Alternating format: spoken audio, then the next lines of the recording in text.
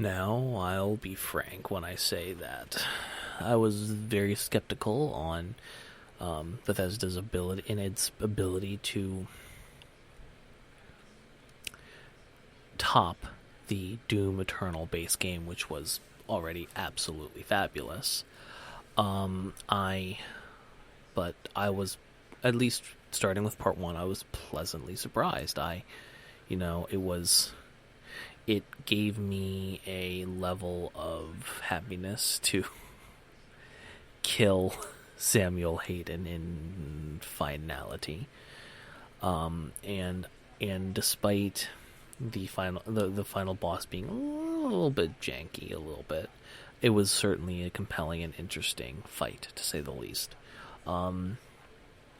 It was visually impressive, and it was also kind of nice that we went into it with our full arsenal and everything unlocked by default, so I didn't have to, go through the pain in the butt of, getting more ruins, getting more weapons, upgrades, and all that.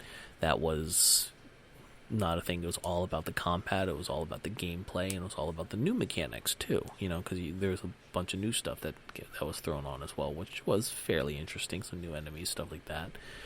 So that's all fine and well and good.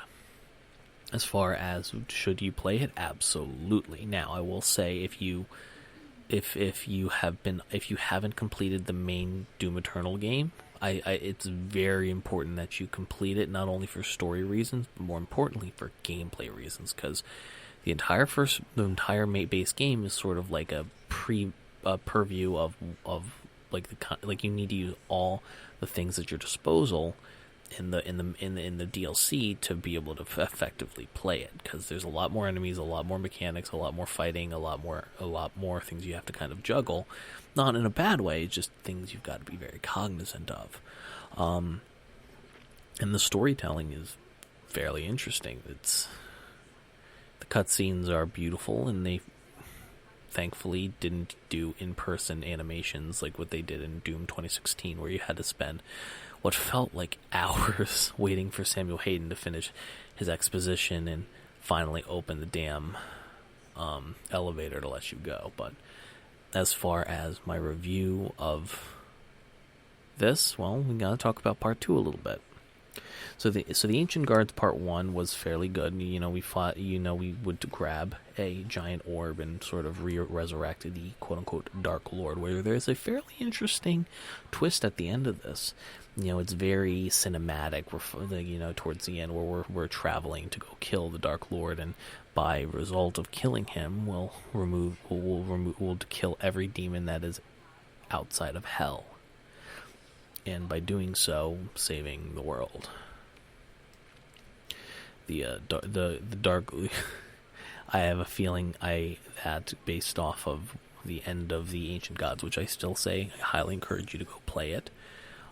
I would say that there's a very, very good chance that we're going to have another year of DLC, and that's going to be interesting. One of the interesting things that they did is that they got rid of the Crucible, the sword that you use to cut people in half, like in insta-kill things. So they replaced it with a hammer. What was effectively a hammer, and the interesting thing about it is actually, I actually kind of like the hammer more because it's functionally more useful. So what it does is that when you hit somebody with a hammer, it kind of amplifies whatever damage was already done. So if you hit them with the flame belch and then the frost grenade, you're going to and you hit them with the hammer, you're going to get a lot more in armor and health back than you would if you just damaged them normally. What it also does is that when you're stunning something, or you need to want to prevent something from like re-upping or whatever, like a ghost or the armor on an enemy that's regenerating, you can hit them with the hammer and it'll slow down that regeneration and extend their dizziness. So one of the key parts here is when you're fighting a marauder and you only have so long, like a fraction of a second, to sort of like layer on as much damage as humanly possible, you can shoot them with the super shotgun, hit them with the hammer, and then the dizziness is extended, and you can do even more damage. And this is also very critical to some of the boss fights as well. So it's weaving it into your flow of battle is very important, and also the animations on it are incredibly fulfilling. So I highly encourage that as well. The Ancient Gods 2 is a very, very compelling piece of art. I highly encourage you guys to go play it if you haven't already. I think just based on the way they set it up, I think we're up for a bunch of new DLC, and I will play and record a review of that when it inevitably comes out.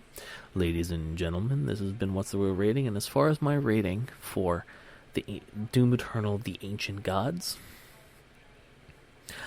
I give it a hot lead out of 10. Enjoy.